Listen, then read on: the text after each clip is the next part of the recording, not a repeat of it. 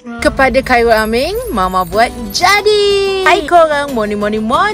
Mama Hadis here. Resepi kali ni of course daripada Encik Khairul Aming, iaitu ayam pat pad Thai. Ulang balik, ayam pat pad Thai.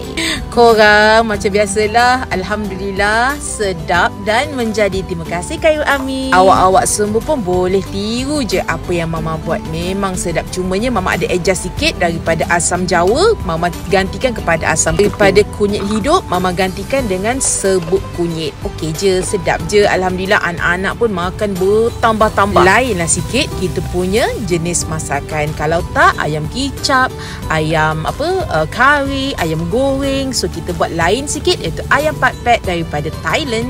Gitu.